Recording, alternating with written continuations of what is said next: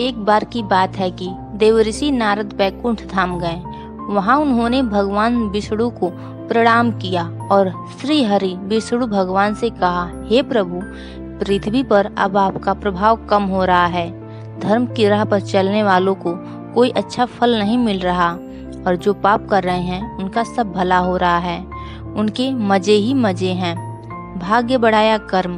तब श्री हरि विष्णु भगवान ने कहा, ऐसा नहीं है नारद, जो भी हो रहा है सब नियति के कारण हो रहा है। नारद बोले, प्रभु, मैं तो यह सब पृथ्वी लोक पर देख कर आ रहा हूँ। पापियों को अच्छा फल मिल रहा है और भला करने वाले, धर्म के रास्ते पर चलने वाले लोगों को बुरा फल मिल रहा है। श्री विष्णु भगवान ने कहा, नारद, कोई ऐसी घटना बताओ जो तुमने देखा हो। तब नारद जी ने कहा, अभी मैं पृथ्वी लोक के एक जंगल से आ रहा हूँ। मैंने देखा कि वहाँ एक गाय दलदल में फंसी हुई थी। कोई उसे बचाने वाला नहीं था। तभी एक चोर उधर से गुजर रहा था। वह चोर गाय को फंसा हुआ देखकर भी रुका नहीं, बल्कि वह उस पर पैर रखकर दलदल लांघकर आगे निकल गया। आश्चर्य तो तब हुआ जब आगे जाकर उस चोर को सोने की मोहरे से भरे एक थैली मिली। थोड़ी देर बाद वहां से एक वृद्ध साधु गुजरा। उसने उस गाय को दलदल में फंसा देखकर उसको बचाने की पूरी कोशिश की।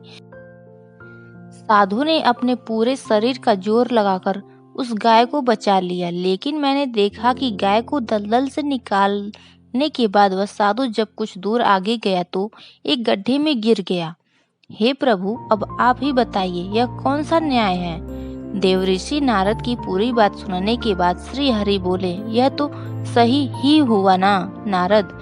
जो चोर गाय पर पैर रखकर भाग गया था, उसकी किस्मत में तो पहले से ही एक खजाना था, लेकिन उसके इस पाप के कारण उसे केवल कुछ मोहरे ही मिले।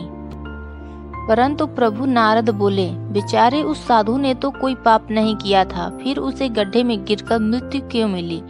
तब श्री विष्णु भगवान ने नारद को समझाया, नारद, उस साधु को गड्ढे में इसलिए गिरना पड़ा क्योंकि उसके भाग्य में उस समय बहुत ही कष्टदायक मृत्यु लिखी थी।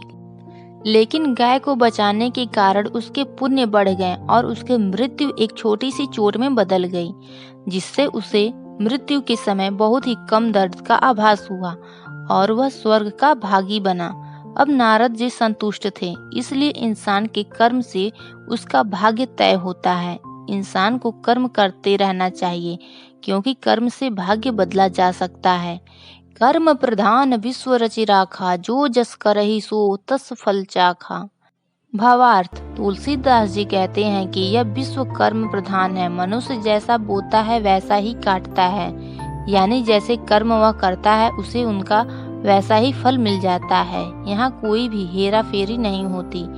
यह सीधा सा गणित है। अच्छे कर्म करने पर सुख समृद्धि मिलती है। इसके विपरीत बुरे कर्म करने पर दुख और परेशानियां ही मिलती हैं। धन्यवाद। दोस्तों, आपको यह कहानी भाग्य बढ़ाया कर्म कैसा लगा, कृपया हमें कमेंट करके अवश्य बताएं।